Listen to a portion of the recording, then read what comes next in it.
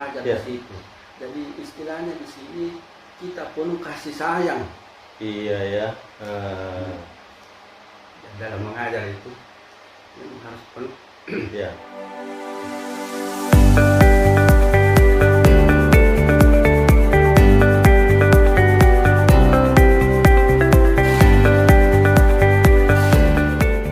Baik para pemirsa sekalian yang berbahagia, Bismillahirrahmanirrahim. Assalamualaikum warahmatullahi wabarakatuh. Waalaikumsalam warahmatullahi wabarakatuh. Terima kasih para pemirsa sekalian dimanapun berada, karena selalu saja dengan setia menonton salah satu channel YouTube kita, Mr. Koronis, komunikasi romantis dan humanis.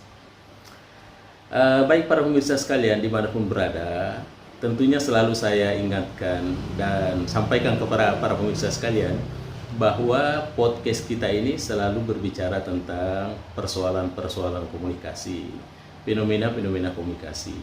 Di mana tentu kita sudah tahu bahwa komunikasi ini kan sudah mengglobal, jauh mengglobal, sudah mendunia.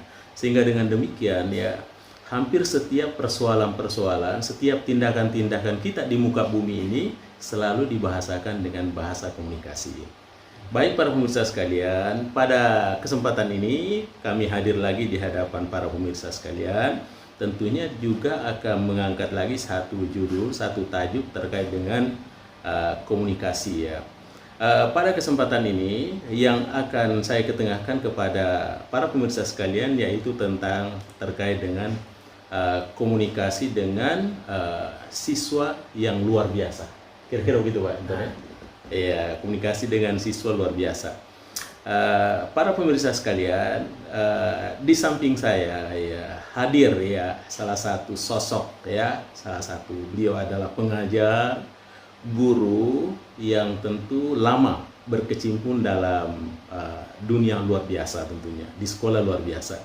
Saya perkenalkan beliau, namanya Bapak Dr. Andus Entong MPD. Assalamualaikum. Waalaikumsalam warahmatullahi wabarakatuh. Bagaimana, sehat-sehat? Ya alhamdulillah. Iya. Sehat. Terima kasih banyak Pak Enton ya sudah hadir di podcast kita ini ya. Iya, kita akan bertanya-tanya sekitar 15 menit ya, terkait dengan apa ya, sekolah pendidikan luar biasa, betul ya, pendidikan luar biasa. Karena saya berpikir bahwa ini adalah bagian dari komunikasi tentunya. Bagaimana mengomunikasikan itu, menghadapi anak yang biasa dengan anak yang luar biasa. Iya, makanya perlu kita hadirkan pakarnya ini ya, yang sudah biasa dengan siswa luar biasa. Tapi sebelum saya tanya dulu Pak Enton ya, ada satu yang menggelitik saya. Kan nama Bapak kalau tidak salah Bapak Entong begitu ya. Iya. Seingat-ingat saya ini nama agak asing buat saya begitu ya. Oh iya. Iya, apakah ini mirip-mirip nama Jawa atau dan lain sebagainya ya? Atau kenapa sampai muncul nama ini ya? Itu dulu barangkali sebagai sebelum kita masuk ke materi. Silakan Pak Entong ya, silakan. Ya, gini Pak. Ya, memang nama saya itu Entong. Itu kalau di Jawa itu memang ada nama Entong itu. Oh, di Jawa? Iya, di Jawa. Jadi Entong. saya tuh kalau ke Jawa dikira saya orang Jawa. Oh iya.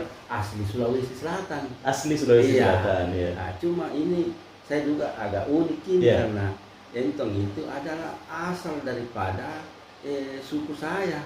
Iya. Jadi ini itu uraian daripada Endrekang. Oh, asalnya dari Endrekang. Iya, jadi itu Endrekang. Iya. Nah, sementara Toy itu Entong itu Toy itu Toraja. Oh, ada Tong. Siapa Mama? Toraja itu memang asal dari asal mula ya. Oh iya, oke. Nah, tuh NG-nya di mana? NG-nya itu Entong. ujung pandang. Jadi saya itu besar di ujung pandang. Ya, NG-nya itu diambil ujung pandang. Jadi bapak saya Endrekang, Mama Toraja, saya dibesarkan di ujung pandang. Jadi disingkat Entong. Itu nih sampai nama saya agak unik. Itu baru saya tahu ini baru nama ya, kayaknya memang unik begitu ya. Iya, ternyata Entong ini diambil dari suku kata dari Endrekang, Toraja dan tinggal ujung pandang. Berarti Entong. Betul. Baik Pak Ento ya. Ya kira-kira itu dulu pembukaan kita. Iya. Sekarang begini Pak Ento. Iya. Kita akan berbicara persoalan komunikasi. Pak Ento. Komunikasi dengan anak luar biasa. Iya. Ya. Tentu saja dalam menghadapi itu ada perbedaan. Iya. Ya. Dan boleh jadi guru yang dipersiapkan untuk mengajar di situ boleh jadi ada pendidikan khususnya juga. Iya. Ya. Kira-kira bagaimana itu Pak Ento, silakan. Ya. Baiklah. Ya. Jadi memang yang ditempatkan jadi guru-guru di SLB itu memang punya pendidikan khusus. Oh, di sekolah luar biasa ya? Ya, itu sekolahnya namanya asalnya jadi ini sebelum kita mengajar situ kita kuliah dulu di namanya diploma itu 2 tahun, namanya Sekolah Guru Pendidikan Luar Biasa. SPLB. SGPLB. Oh, SGPLB. Sekolah Guru Pendidikan Luar Biasa. Oh ya, oke, paham. Jadi melalui itu, nah itu baru bisa mengajar. Mengajar di SLB. SLB. Oh, Sekolah Luar Biasa. Ya, Sekolah Luar Biasa. Nah, jadi kalau seperti tidak lewat pendidikan khusus ini, tidak bisa mengajar di sekolah itu. Harus melalui pendidikan khusus ya. Di zamannya saya itu memang ada namanya SGPLB. Oh, itu 2 tahun. 2 tahun di situ kuliah. Iya. Dipersiapkan untuk mengajar untuk anak-anak seperti ini. Oh, ya. Oke. Nah, dan ini kalau sekarang itu sudah ada di UNEM. Ya. Jurusan PLB, dan itu SGPLB sudah ditutup. Oh, SGPLB sudah tutup. Tidak ada lagi. Sekarang karena dialihkan ke UNEM. Oh iya. Nah, sudah ada jurusan PLB di sana. Ya. Dan tetap masing-masing jurusan-jurusannya ada. Iya. Ya. Oh, oke. Ya. Baik, iya para pemirsa sekalian ya. Kemudian selanjutnya barangkali Pak Ento, kita bisa sampaikan kepada pemirsa bagaimana pengalaman kita ini sampai ada di mengajar di sekolah luar biasa begitu ya. Artinya mungkin ada track record berapa puluh tahun mengajar di sana ya, di sekolah luar biasa itu. Silakan Pak. Ya. Jadi baiklah. Iya. Jadi saya mengajar di sekolah luar biasa itu kurang lebih 35 tahun. 35 tahun? 35 Wah, tahun. luar biasa ya. Sampai sekarang. Iya. Ya. Jadi memang anak-anak ini memang betul-betul kita penuh perasaan mengajar di situ. Jadi istilahnya di sini kita penuh kasih sayang. Iya ya. Dalam mengajar itu harus penuh kasih sayang. Iya. Tidak seperti di umum. Iya, di umum ya. Kan beda ya. Beda. Iya betul. Wah, ini luar biasa ya. Kemudian ya Pak Ento ya. Di sekolah luar biasa tentunya kan cara menghadapi itu, cara berkomunikasinya itu tentu kan tidak semua harus sama. Ya. Jadi pertanyaan saya itu Pak Ento ya, apakah di sana ya gurunya itu mengajar atau berkomunikasi kepada siswanya itu secara keseluruhan atau punya apa ya jurusan-jurusan tersendiri? Ya. Jadi setiap guru itu memang dari SGPLB itu sebelum kita masuk setelah kita masuk di situ memang sudah kita pilih jurusan-jurusan mana yang sesuai dengan hati nurani kita. Oh gitu ya. Karena di SGPLB itu ada namanya jurusan A, B, C dan D. Bahkan ada G. Iya. Jadi itu jurusan A itu apa Pak? Itu kalau jurusan A itu yang tunanetra. Oh, tunanetra. Ya, tunanetra atau yang biasa tidak melihat. Oh. Okay. Nah, jadi itu gurunya itu memang harus alumni dari SGPLB jurusan itu. Iya. Nah, sedangkan B itu memang masing-masing gurunya itu alumni jurusan itu. Iya. Jadi yang ambil jurusan A di SGPLB itu tidak boleh mengajar di jurusan yang lain. Iya, harus diajukan ya. Diajukan spesifik di jurusan. Iya. Itu yang tadi akan tunanetra ya. Tunanetra. Iya, betul. Kalau yang B tadi? Kalau yang B itu jurusan B itu tunarungu namanya. Tunarungu atau bisu. Oh, bisu dan tuli ya. Bisu dan tuli. Tunarungu ya. Hambatannya hambatannya di situ yang komunikasi dengan telinga, pendengaran dan penglihatan ya. Ya, penglihatan. Enggak, bukan penglihatan. Kalau yang tunanetra atau tunanetra tadi penglihatan. Oh, buta. Itu tunanetra itu yang penglihatan, hambatannya di penglihatan. Ya, hambatan komunikasinya di penglihatan ya. Iya. Jadi yang B itu khusus bisu dan tuli. Berkomunikasi dengan mulut ya. Dan pada umumnya kalau dia bisu itu pasti tuli. Iya. Itulah dikatakan jurusan B, tunarungu. Iya, tunarungu.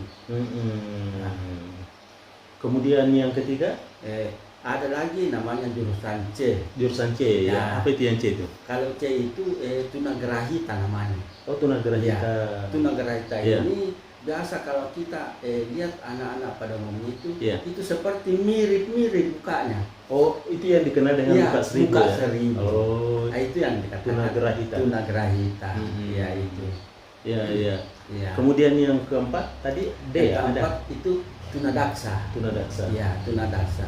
Jadi tunadaksa itu adalah cacat tubuh. Cacat tubuh. Umpamanya mungkin ada hambatan dari kaki. Biasanya fisik. Itu biasa pakai kursi roda. Itu cacat tubuh. Atau mungkin lengannya satu mungkin tidak ada.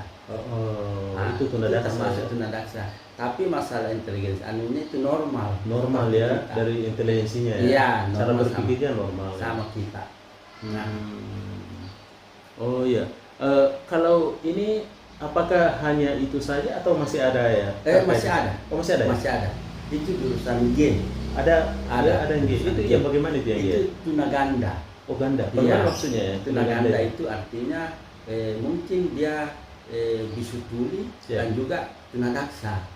Jadi hambatan dari komunikasi dengan pendengaran. Dia juga cacat tubuh. Itu ganda. Iya, ganda ya. Itu yang disebut dengan tunaganda ya. Iya, tunaganda atau G. Iya. Oke, baik. Ya, menarik sekali para pemirsa sekalian. Jadi inilah terkait dengan hambatan-hambatan komunikasi tadi yang disampaikan oleh beliau ya, yang terkait dengan itu. Ternyata di sekolah luar biasa itu ada tingkatan-tingkatannya, ada macam-macam ya, ada jenisnya ya. Ada yang disebut tadi dengan tunanetra ya, ada tunarungu, ada tunagrahita ya, ada tunadaksa, dan yang terakhir adalah tunaganda. Oke, baik Pak Anton. Berikutnya mungkin yang saya tanyakan ya, apakah gurunya Pak Anton ya? Umpama si A, taruhlah umpama si Z mau ngajar. Apakah dia boleh mengajarkan secara keseluruhan tuna-tuna ini atau ada tersendiri begitu ya? Karena terkait dengan proses komunikasi kan. Ada yang tidak melihat, tentu komunikasinya beda dengan orang yang tidak bisa mendengar ya. Iya. Kira-kira bagaimana itu? Jadi di SGPNB itu kita belajar sesuai dengan jurusan. Ya, seperti jurusan A. Itu memang khusus mengajar nanti di tunanetra.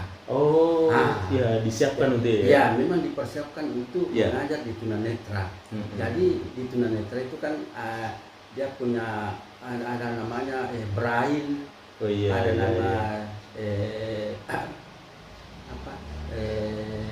ya memang ada khusus anunya. Ada khusus latihannya. Kemudian nanti dia mengajar sesuai dengan yang jurusan itu. Ada dari spesialis memang. Iya, memang. Oh, jadi kuncinya bahwa yang tadi alumni jurusan A harus mengajar juga di jurusan A ya? Iya. Di tunanetra ya? Tunanetra. Oh, begitu ya. Iya. Baik para pemirsa sekalian yang berbahagia. Ya, rupanya kita sudah dengar ya secara singkat bagaimana fenomena komunikasi yang terjadi pada anak yang berada di sekolah luar biasa. Dan tentu saja ini bukan abal-abal ya. Ini aslinya data, beliau mengajar di sana kurang lebih 35 tahun. Kurang lebih 35 tahun mengajar di sekolah luar biasa. Ini sangat menarik karena rupanya guru-guru yang mengajarkan di sekolah luar biasa itu untuk bagaimana bisa berkomunikasi secara efektif, tidak boleh bahwa hanya satu guru menangani secara keseluruhan tadi. Tapi dia dipersiapkan guru khusus. Kalau dia tuna netra umpama, maka yang mengajar juga adalah tunanetra. Supaya jurusan tunanetra alumni jurusan tunanetra. Sehingga tentunya proses komunikasinya dia pahami dengan baik bagi alumni yang jurusan B umpama tunarungu itu terkait dengan umpama bisu tuli, makanya yang guru pengajarnya juga yang memahami tentang jurusan bisu tuli juga sehingga proses komunikasi bisa berjalan efektif lancar baik dan seterusnya pemirsa sekalian. Jadi intinya bahwa tentunya tidak satu guru bahwa harus menangani secara keseluruhan, tetapi tiap-tiap tuna itu tadi itu dipersiapkan untuk guru-guru khusus untuk itu dan dididik untuk itu. Baik para pemirsa sekalian, saya kira menarik bincang-bincang kita dengan Pak Entong tentu terkait dengan di sekolah luar biasa. Bagaimanapun juga perlakuan seorang guru terhadap anak-anak luar biasa tentu ada perbedaan dengan sekolah yang biasa tentunya Kira-kira Pak Entong terakhir 1 menit, kira-kira apa kata kunci yang kita mau sampaikan ini terkait dengan mengajar di SLB-nya? Jadi kalau pada umumnya di sekolah umum terkadang itu kan dalam satu kelas itu pada umumnya 20 sampai 30 orang siswa satu kelas. Sedangkan di sekolah luar biasa itu maksimal 5 orang.